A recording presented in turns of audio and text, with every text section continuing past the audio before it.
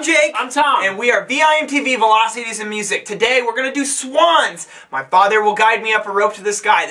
This album just came out. If you haven't heard of Swans, don't beat yourself up because I hadn't either, but apparently they're a big band. Yeah. They've been around for a long time. They put out a lot of kind of they were around for the original post-rock scene, or not post-rock, post-punk scene, and have done like just put out a bunch of really lo-fi, noisy albums, and have a big following, a big cult following, and so now here, after a number of years, they come back out with another album. I don't know what number it is, I'm sorry, but this is an album that has kind of been roughly embraced by their original fan base because it's different, it's a change-up, and I like this album. I'm gonna be straight up with you. This is, the first time I listened to this, I was scared shitless. I was like, what the hell is this music? Let me tell you something. I love music that scares the crap out of me. That's and this does. Yeah. This does. And it came off to me as a little bit inaccessible. I don't know about you. Yeah. But after a couple listens, and I listened to it at night for the first time, and I think that's really what did it, is that the first two listens, I think, I listened to it in the morning at work when I was drinking coffee, and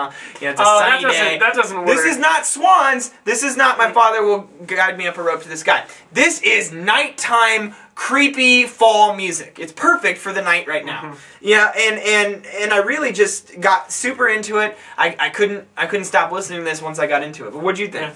I really liked it as well. Lots of very interesting amalgamation of sounds because the vocalist has this quality. It's almost kind of spoken word. If you combine like Marky Smith from The Fall and even Lou Reed from either his solo work or his work with Velvet Underground, but almost a Tom Waits to it. Yes, some kind of that like dirty country sound, even a little like Johnny Cash. Yeah. Because there is that kind of southern aspect to his voice, but also with that kind of spoken word thing. But the way that it sits on top or mixes with the instrumentals is very interesting because the instrumentals are very like lo-fi industrial. Right.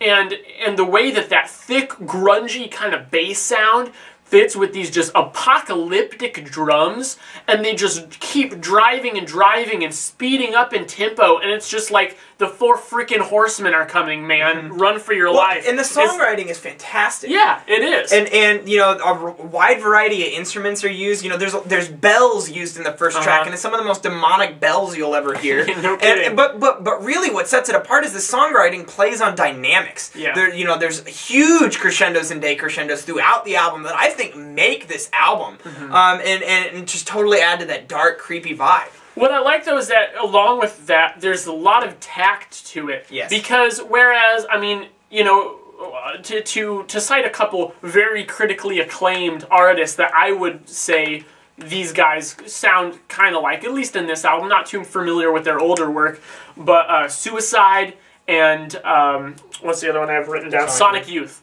And those bands, to me, while I can appreciate them, I don't get into them as much because I think sometimes it's a little excessive, and I feel like this is right in that happy medium. There's a balance here. There's the noisiness, but I never feel like it's just noisy for no reason. Well, and there's almost, on this album, there's almost a dichotomy between these really big, pounding rocker build songs that really just pound the crap out of you with just this doomsday feel, but then there's also some very kind of dark, creepy acoustic songs in there that I really like Reeling the Liars In's one of those. You Fucking People Make Me Sick is one of those, track 5. The very end of the last track, Little Mouth, that's how he chooses to end the album. And that will segue this into another thing that you and I were talking about before we turned the camera on, about how the vocalist here, and you know, I mentioned in the Women Review a couple episodes ago about how I just kind of felt like the vocalist there didn't own it, didn't really make the album. It was the one thing that really kind of just didn't set the album apart. Well, this guy owns it. I mean, you are convinced that this music is serious because he's serious.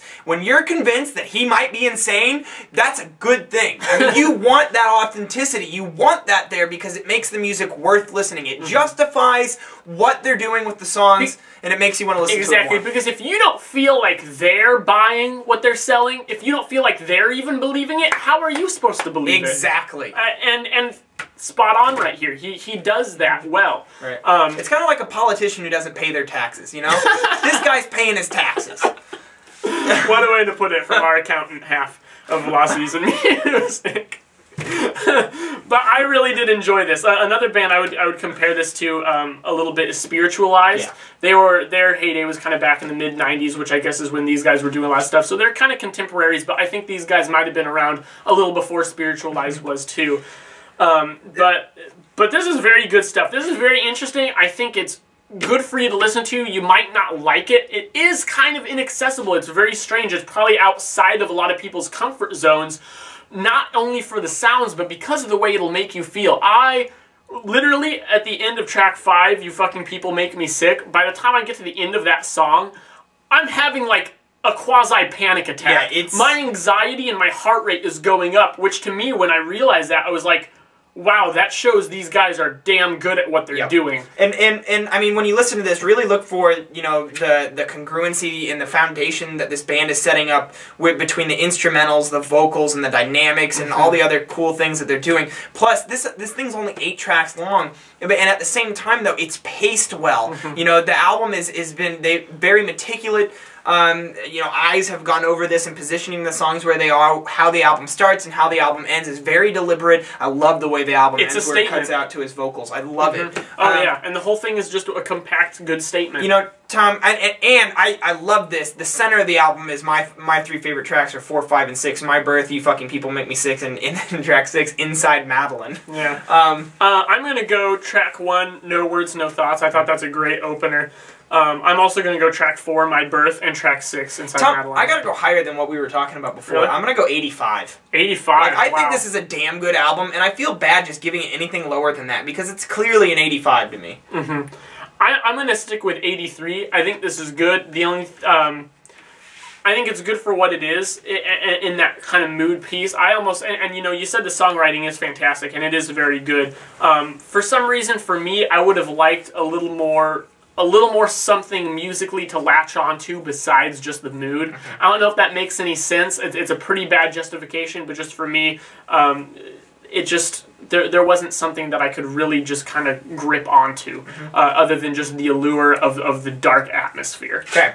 I want to know, for all of our viewers out there, if you've listened to Swans, the first time you listened to it, did this scare the crap out of you? Because it was right around Halloween was when we listened to it, and it was too fitting. It was eerie. Yeah. Let us know, www.velocitiesmusic.com or at our YouTube channel. I'm Jake. I'm Tom. And we are VIMTV, moving music critique forward.